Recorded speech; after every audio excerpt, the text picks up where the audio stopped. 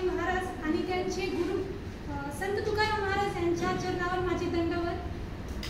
खरं तर माझी पात्रता नाही आहे की मी जगद्गुरु संत तुकाराम महाराज यांच्यावर काही बोलावं, कारण सर्वांना माहिती आहे महाराष्ट्राच्या प्रत्येक माणसाच्या हृदयामध्ये छत्रपती शिवाजी महाराज बरोबर संत तुकाराम महाराज हे देखील आहेत. त्यांचे अभंग आज प्रत्येकाच्या मुखामध्ये कमीत कमी खेडेगावात न शिकलेले अशिक्षित लोक सुद्धा त्यांना असे एक सुद्धा व्यक्ती भेटणार नाही की ज्यांना तुकोबारे माहिती नाही आणि त्यांचे अभंग नाही. तर असं स्थान निर्माण करेल संत तुकाराम महाराज यांचा मी थोडे परिचय करून देईल, कारण त्यांच्यावर बोलणारे 2-2 तास एकेका अभंगावर बोलणारे लोक आहेत. आज त्यांच्या अभंगावरती एवढी श्रीमंत झालेली आहेत, तर मी त्यांच्याविषयी कायच बोलणार. तर मी थोडक्यात त्यांचा परिचय करून देते. जगद्गुरु संत तुकाराम महाराज हे पुराणिक काळापासून आलेली जी वैदिक परंपरा होती त्यांना सुरंग पाडणारे, भाषा, धर्म आणि तत्वज्ञानाचे महान भाष्यकार. अंधश्रद्धा, रूढी परंपरा आणि दारिद्र्याखाली जे समाज बुडालेला होता त्याने एक सन्मार्ग दाखवण्याचे काम जगद्गुरु तुकोबार यांनी केले. यांचा जन्म पुणे जिल्ह्यातील इंद्रायणी काठी असलेल्या देहू या गावी झाला. संत ज्ञानेश्वर महाराजांनी जी मुहूर्त मिळवली होती वारकरी संप्रदायाची, त्याला पुढे नेण्याचे काम जगद्गुरु तुकोबार यांनी केले. ज्ञानदेवे रचिला पाया, तुका झाला सिंगड म्हणून वारकरी संप्रदायाचा कळस होण्याचा मान तुकोबाराय यांना भेटला. खरे तर तुकोबाराय हे साधे संत नव्हतेच.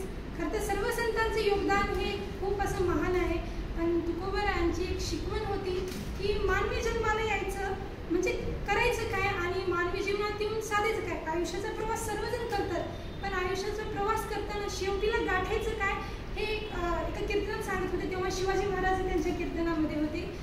त्यांचा प्रभाव शिवाजी महाराजांवर पडला. तेव्हा ते सांगत होते की आपण जन्माला आलो, पण आपलं ध्येय काय आहे. सगळे तर जगतायत. जसं नदीचं ध्येय असतं सागराला मिळणं, पण ती वाटत जाता जाता तहानलीचे तहान भागवते. शेतकरी लोकांना पाणी देते, त्यांच्या गरजा भागवते. झाडं फुलं फळांना भरवत जाते. तसंच तिचं सागराला मिळणं हा त्याचं ध्येय आहे. तसंच मानवी जन्माला येऊन परमेश्वर प्राप्ती किंवा मोक्ष प्राप्ती हा मानवाचं ध्येय आहे.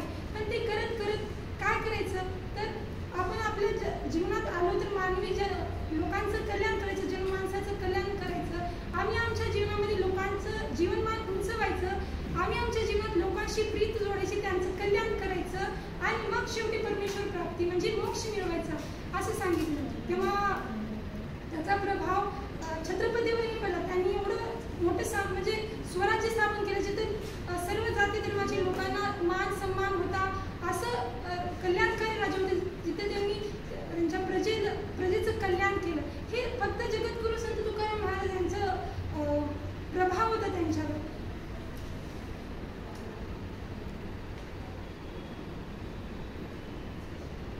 जे का रंजले गांजले त्याचे मनी जो आपले तुझी साधू ओळखावा देव तेथेची जण.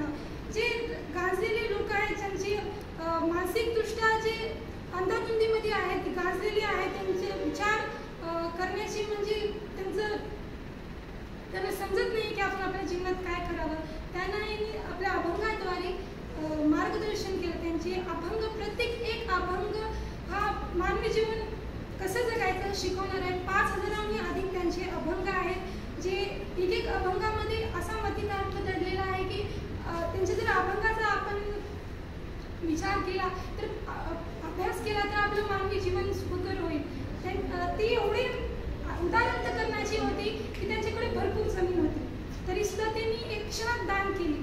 आपल्याकडे काही रुपये असतील तर आपण कुणाला दान देताना 2-4 वेळेस मागे पुढे बघतो, पण त्यांनी पूर्ण आपली जमीन दान दिली. एवढं मोठं उदाहरण फक्त संतांचं होऊ शकतं, कारण ते आम्ही आलो याचे कारणाशी म्हणल्यासारखं ते फक्त कल्याण करण्यासाठी येतात. आम्ही वैकुंठवासी आलो याची कारणाशी, याप्रमाणे ते फक्त लोकांचं कल्याण करण्यासाठी, त्यांना सन्मार्ग दाखवण्यासाठी आणि शांततेनं आपल्या जीवनाचं ध्येय कसं साध्य करता आणि ते मोक्ष प्राप्त करताना आपण काय केलं पाहिजे याचं त्यांनी शिकवण दिली. मला म्हणायचे की संत हे परमेश्वरापेक्षा श्रेष्ठ असतात, कारण परमेश्वरापर्यंत जाण्याचा मार्ग संत दाखवत असतात. परमेश्वर एखाद्या वेळेस स्वार्थी असू शकतो, पण संत हे तसे नसतात. आईपेक्षाही जास्त ममत्व जर कुणाकडे असेल का, सगळे म्हणतात की आई महान आहे, पण आईपेक्षाही उदार अंतकरण फक्त संतांचं आहे. आई आपल्या फक्त लेकरांचा विचार करते, पण संत हे उदार आहे. त्यांनी सर्व जनतेचा विचार केला, सर्व लोकांचा विचार करतात, त्यांच्याविषयी त्यांच्या मनात कळवळा येतो.